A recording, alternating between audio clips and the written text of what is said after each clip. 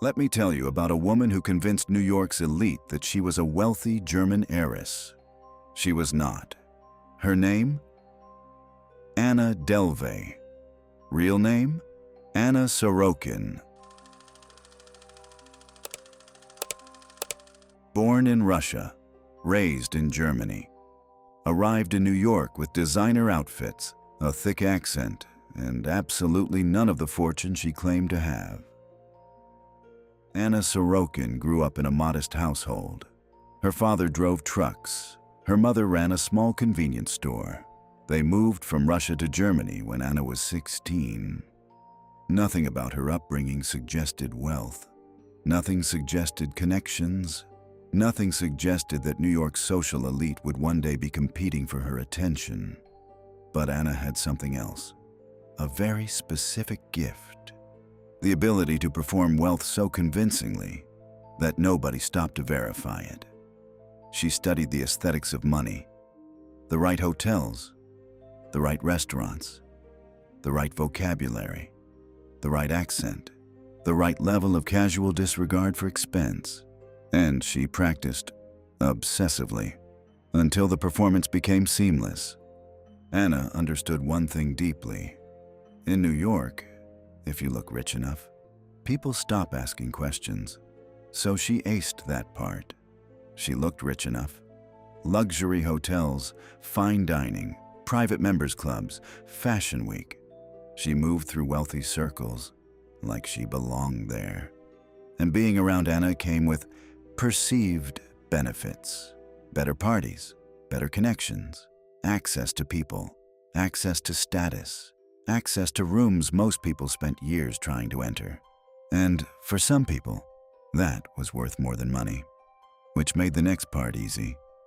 Everyone assumed somebody else had already verified her wealth, because how else could she have crept into their circle, right?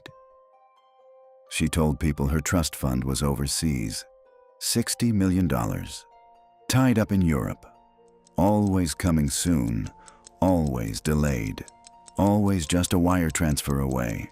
And while the money was on its way, friends picked up dinner tabs, hotels extended credit, banks entertained meetings, because Anna looked successful. And in Manhattan, that is sometimes enough. She wasn't just living the lifestyle, though. She was building a brand. The Anna Delvey Foundation, a private members art club, Manhattan real estate, curated exclusive membership, cultural events for the wealthy elite. She had meetings, she had presentations, she had a vision. There was just one problem. The Anna Delvey Foundation existed mostly on paper, so Anna manufactured the only thing New York respected more than confidence: proof of money. So she forged documents to back it all up. Bank statements showing $60 million in overseas accounts, financial records, wire transfer confirmations, all fiction, all presented with complete confidence. She walked into City National Bank, pitched herself as a European heiress with serious assets, $60 million serious assets, and asked for $22 million. Without blinking, the bank even gave her a $100,000 overdraft, which Anna spent on, you guessed it, designer clothing and hotels. To Anna, designer clothing was part of the image, but the bank wasn't her only target. Anna was strategic about people too. She didn't stumble into wealthy circles. She was methodical. She identified useful connections, cultivated them deliberately, used each one to access the next level.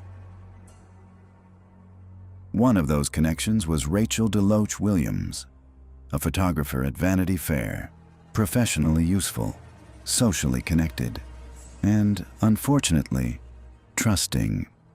Anna invited Rachel on a luxury trip to Morocco, private villa, expensive excursions, 5-star everything. Anna assured her the wire transfer would cover all expenses. Of course, the wire never came. Rachel put $62,000 on her own credit card, $62,000 for someone else's vacation, because Anna promised to pay it back. And we all know You can always take Anna's word to the bank. Meanwhile, back in New York, she was bouncing between luxury hotels, the 11 Howard, the W, the Beekman, promising wire transfers, writing bad checks, always another excuse, always another delay. Hotels kept extending credit because she kept promising, because she kept showing up in the right outfits, carrying the right bags, speaking with the right confidence, until, eventually, the excuses stopped working. Then, the people she owed money to started comparing notes. Friends talking to hotels, hotels talking to banks, banks talking to investigators. And once that started, the whole thing unraveled fast.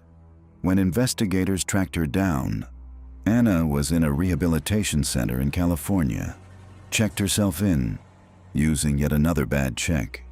Even on the run, the lifestyle had to be maintained. Anna Delvey was arrested in 2017, convicted of grand larceny, theft of services, and fraud. Sentenced to 4 to 12 years. And if you still don't understand who Anna was, the trial made it very clear. She showed up every single day in a carefully coordinated outfit. Hired a personal stylist for her court appearances, because even facing prison, the image came first. The jury deliberated. Anna sat, perfectly dressed, unbothered.